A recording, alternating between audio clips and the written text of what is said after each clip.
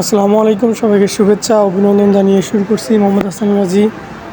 আজকে আমরা চলে আসলাম পাহাড়ি অঞ্চলে এবং এই পাহাড়ি অঞ্চলে মানুষরা কেমনভাবে বসবাস করে এবং এখানকার জায়গা কেমন হয় এগুলো আপনাদের দেখানোর জন্য চলে আসলাম। তবে আজকে একটা ভালো একটা ওয়েদার, আকাশের রং খুবই সুন্দর এবং মেঘ দেখে গ্রামটা খুবই সুন্দর লাগছে এবং দূর যে পাহাড় দেখা যাচ্ছে এটি কিন্তু চিম্বুক পাহাড়। এটা এখান থেকে খুবই দূরে দেখাচ্ছে, আসলে এটি খুবই কাছে এবং আমরা এর পাশেই কিন্তু রয়েছি। এবং বাংলাদেশের সবথেকে ভালো জায়গার ভিতরে চিম্বুক পাহাড় একটি ভালো জায়গা।